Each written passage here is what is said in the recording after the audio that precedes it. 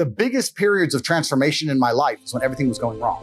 When my life was going good, I'm not a hedonistic person. I don't do drugs. I don't gamble. I don't do prostitutes. I don't do anything that hedonistic.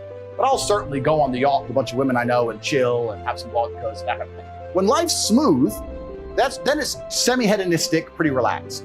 But when I make my biggest progress, when I really change who I am and change the world, that's when everything's fucked. When things go wrong, or I'm feeling things I don't want to feel, or bad things are happening, that's when I'm like, okay, I currently cannot sleep. I've completed the day's tasks. I've tried to go to bed. I can't sleep. More shit has to be done. That's when the amazing things happen in my life. When I was heartbroken, whenever, look, everyone's been heartbroken. I can't remember a specific example.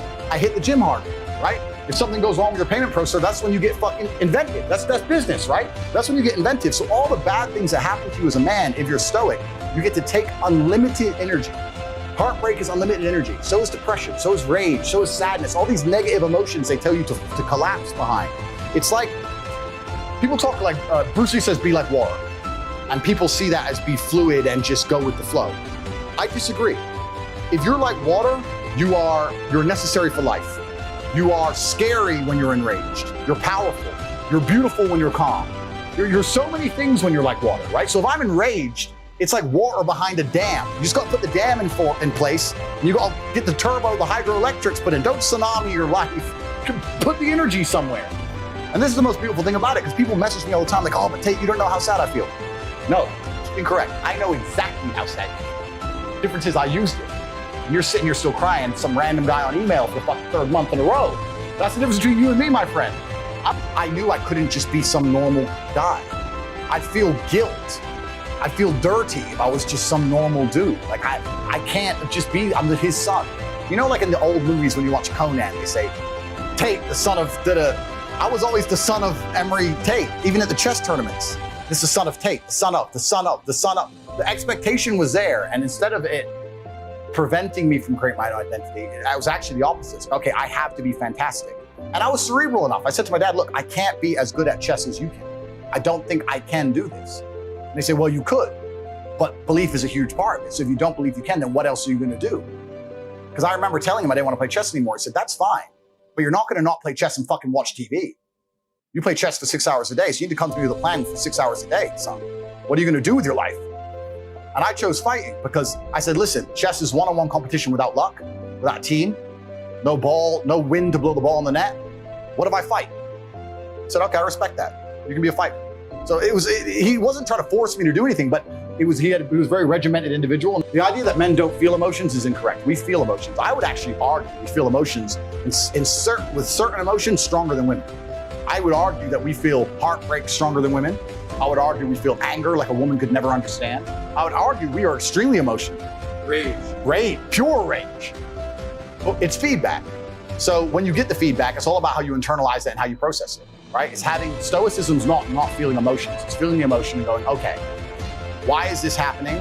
How much does this really matter? What's the most intelligent move on the chessboard? I'm not even that good at chess, right? My father was a grandmaster. I'm like 1800 even. I'm okay. I was a child chess prodigy, but I stopped playing chess professionally when I was like 8. So I'm as good now as I was. In fact, I'm worse now than when I was 8. Because I've never taken any lessons or anything properly since. My mother and father broke up. We moved to England. My dad stayed in America. Lost my chess coach, and England didn't have a chess infrastructure. America had a chess infrastructure in the lower income schools. My dad used to go to the ghetto schools because he was black, go to the black schools and teach them how to play chess. So we had a big infrastructure. You peaked at 8. I peaked at 8, yeah. But chess is a fantastic game because in the game of chess, there's no luck.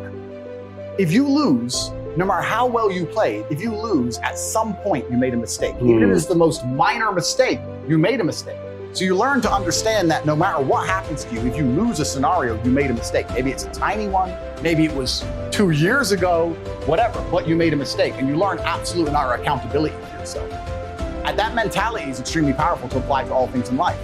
The position I'm in now as the most hated man in the world, although I agree and I truly believe it's unfair, I still take complete responsibility for it. I'm not gonna sit here and say, I'm telling you why it happened when I talk about TikTok and YouTube shorts, but I'm not gonna blame you. Absolutely, they're a company making money and they're monetizing the best they can, fantastic. All of this is my fault. But the Bugatti on my drive is my fault. And the yacht is my fault, the private jet's my fault. So it's all my fault.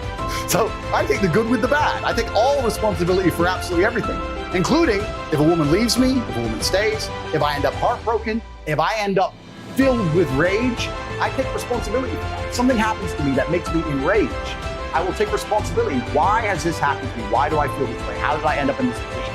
Is this healthy in this scenario? And sometimes it is. I've had scenarios in my life where I was prepared to die to protect somebody else, and I was enraged, and it was healthy. I've also had times where I'm in a room by myself, enraged, sitting there going, this is no good for anybody. I need to just calm the fuck down. So emotions are feedback, but stoicism is the ability to process it. And that's what you need to learn as a man. You're never gonna be able to turn them off. You're gonna feel them. You have to learn how to process them and turn them into a positive. I came from absolutely nothing. I never had a privileged upbringing in any regard, and I became exactly what I wanted to be.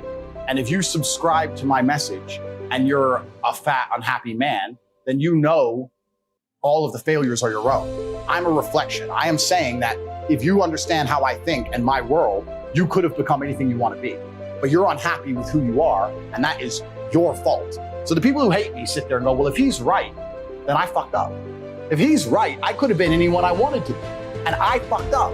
So he can't be right. He has to be wrong. This is not my fault. This is the fault of whatever.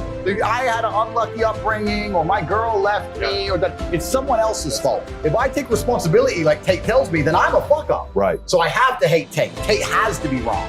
And that's why if you look at the composition of my haters, I'm talking about their physical composition as people. You can just look at the people, he likes Tate, he hates Tate. Yep. He likes Tate, she likes Tate. She wants to go on Tate's yacht. She can't stand his ass. It's very easy to see. Physically, you can just look at their faces. And yep, no. You can see it, right? Because it's all about personal responsibility, which is why I teach. And that's why a lot of people hate me.